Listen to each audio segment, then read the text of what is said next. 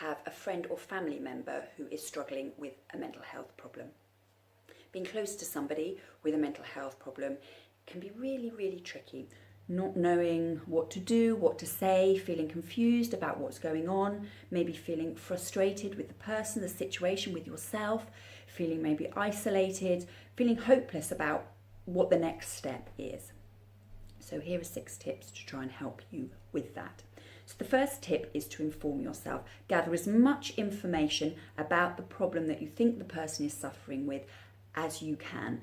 This will put you in the strongest position to understand what is going on, and understanding what is going on will put you in the strongest position to help. I've put a link in the description to my website. On this website, there's a lot of information about different types of mental health problems, the treatments that are available, and some self-help tips as well. There's also lots of other videos on this YouTube channel that can help you.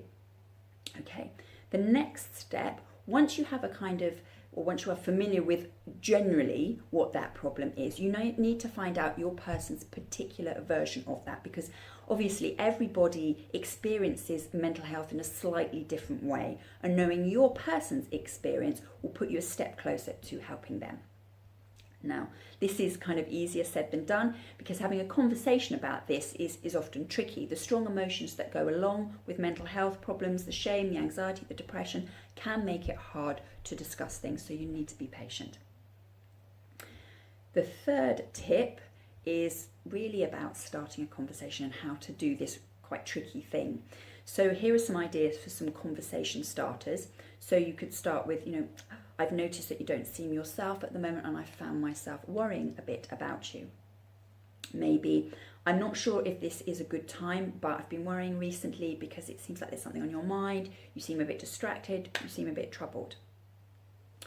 Maybe you could try, I don't want to put any pressure on you, but I'm here if you want to talk to me about anything, and I promise I will listen and I'll try to help if I can.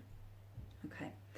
Then once your person, your friend or family member, seems as if they're ready to talk, you could try asking them how they make sense of it. Is there anything that makes them feel better? Anything that makes them feel worse? You could talk to them about maybe if there's anything you can do. You can say, you might not know what I can do at the moment, but if you think of anything, I'd really like it if you let me know. And then maybe talk about how, you might not know the way forward right now, but if you keep talking together, you're sure that you can work through it together. Okay. The fourth tip, and this is quite tricky, but you've got to try not to pressurize your friend or family member to get help. You have to allow themselves to come to that idea themselves in their own time, because people who come into treatment, into therapy under their own steam, do better and stay better for longer. So you kind of have to patiently support your friend or family member as they find their own way into help. Okay, the final couple of tips are I suppose, to help you with your patience a little bit. The fifth tip is about getting support for you. It's incredibly stressful to watch someone you love suffer. So make sure you get some support for yourself, because if you're in a good place, it's going to be much easier to help your person. I've put some resources in the description to help you along the right path with this. Okay. The final tip is about anxiety and frustration. So often when we're worried, we cope by feeling angry or frustrated. It seems to be a go-to for human beings. Our way of coping with that can often feel more comfortable than just sort of worrying. So what happens is the target of your anxiety can become the target of your anger. So if you find yourself feeling angry or frustrated with your person, don't beat yourself up. Remember, this is a really human thing to do, and use the resources or the support that you discovered in tip 5 to help yourself deal with these emotions, so you can have a clear head to help your person.